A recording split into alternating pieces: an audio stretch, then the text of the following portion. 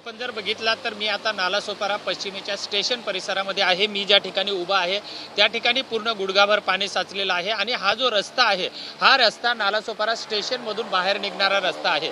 आपण जर समोर दृश्यामध्ये जर चित्र बघितलं तर अक्षरशः वृद्ध व्यक्तींना आपल्याला एक आधार देत या ठिकाणावरून घेऊन येत असताना एक व्यक्ती दिसतोय। कशी जवळपास गुडघ्याच्या वर जे पाणी जे आहे हे या ठिकाणी साचलेलं आहे।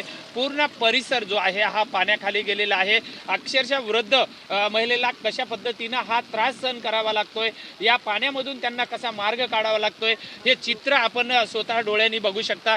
कारण ज्या कामावरून घरी जाणाऱ्या ज्या महिला आहेत यांना कशा पद्धतीने या पाण्यातून मार्ग काढावा लागतोय। कारण हा एसटी नालासोपारा पश्चिम एसटी बस हाचा डेपो आहे आणि हा डेपो पूर्ण पाण्याखाली गेलेला आहे। जवळपास गुडघाभर ते मांडी इतकं पाणी जे आहे हे ह्या पूर्ण रस्त्यावरती साचलेलं आहे। ज्याप्रमाणे ही पश्चिमेची स्थिती आहे त्याचप्रमाणे विरार पूर्वेला सुद्धा अशाच पद्धतीचे Nalasopara central park, राचोळा, Tulinj road ही जे रस्ते आहेत हे सगळे पाण्याखाली गेलेले आहेत। या ठिकाणी पूर्ण वसई विरार नालासोपाऱ्यामध्ये जो आहे हा पावसाने सकाळपासून हाहाकार माजवलेला आहे। आज आणि उद्या दिवसभरासाठी हवामान खात्याने अतिवृष्टीचा इशारा दिलेला आहे आणि मुसळधार पाऊस जो आहे हा या ठिकाणी कोसळताना आपल्याला दिसून येतोय। पावसाचा जोर मात्र कुठेही कमी होत असताना दिसत नाही। अक्षरशः गाड्या ज्या आहेत ह्या बंद पडत आहेत आणि एवढ्या मोठ्या पाण्यामधून गाड्या लोटत या ठिकाणी घेऊन जाव्या लागत आहेत।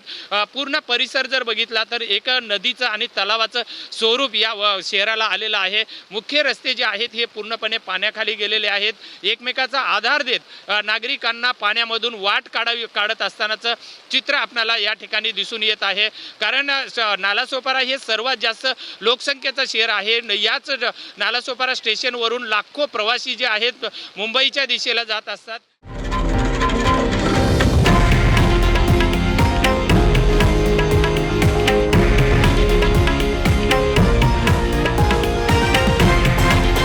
हे आहे देशातील नंबर 1 न्यूज नेटवर्क आणि आपण पाहत आहात TV9 मराठी, एकमेव।